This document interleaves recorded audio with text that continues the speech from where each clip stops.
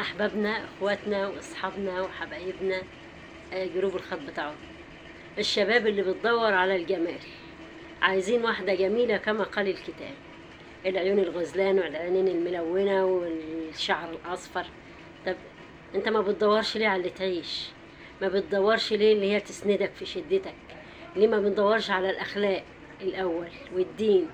دايما في الأولويات دايما الجمال، عايزين البنت الجميلة، مع ان البنات عامة مش بتدور على الجمال اكتر من بتدور على الانسان المسؤول والانسان الرجولة اللي بيتحط في المواقف يقدر اللي هو يكون سداد بالمعنى الصعيدي، يكون صاحب مواقف ويقف في الشدة كويس ويكون سند ويكون ليه حق القوامة. يا ريت ما تكونش اولوياتنا الجمال بالنسبة للشباب، ما يكونش هو الأولوية. دلوقتي المؤهلات العليا، لازم الدكتورة تاخد الدكتور أو تاخد المهندس، لازم المهندس ياخد الدكتورة. طبعا ما فيش واحدة بترضى بأقل من مستواها العلمي، واحدة كافحت وتعبت وبذلت مجهود، هي بتقولك أنا لازم أخد حد في مستواي العلمي عشان التفكير، مش تقليل من الشهادات أبدا، عشان المستوى العلمي والتفاهم بين الناس وبعضها. في ممكن واحدة تشذ عن القاعدة وتقول لك أنا أخد حد دبلوم بس يكون شغله كويس أو معاه شقة كويسة. وفي ناس مخها على فكرة شغال ومخها شغال، يعني ممكن واحد يكون دبلوم وعامل مستعمرة، يعني عامل ما شاء الله ما شاء الله، يعني حد ما يعملهوش اللي هو التعليم العالي.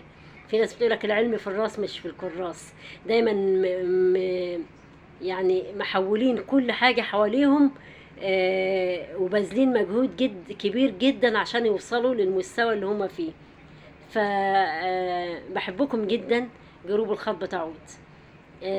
برضو هنقول معانا شاب دبلوم برضو بيدور على الجمال على فكرة، بس هو وظيفة كويسة في مكان كويس، محافظة الإسماعيلية، عايز بنوتة جميلة، هو عنده بتاع 26 سنة، عايز في حدود 22 سنة.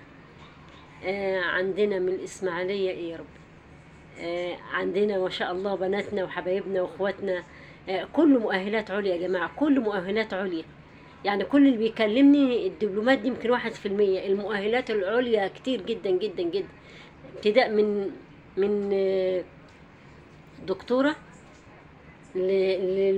الموظفة في النيابة، ما شاء الله، دكتورة وصيدلانية ومدرسة ساينس، دكتورة مساعدة، دكتور مساعد كده. أتمنى لكم يا رب كل الخير والتوفيق، وبحبكم في الله.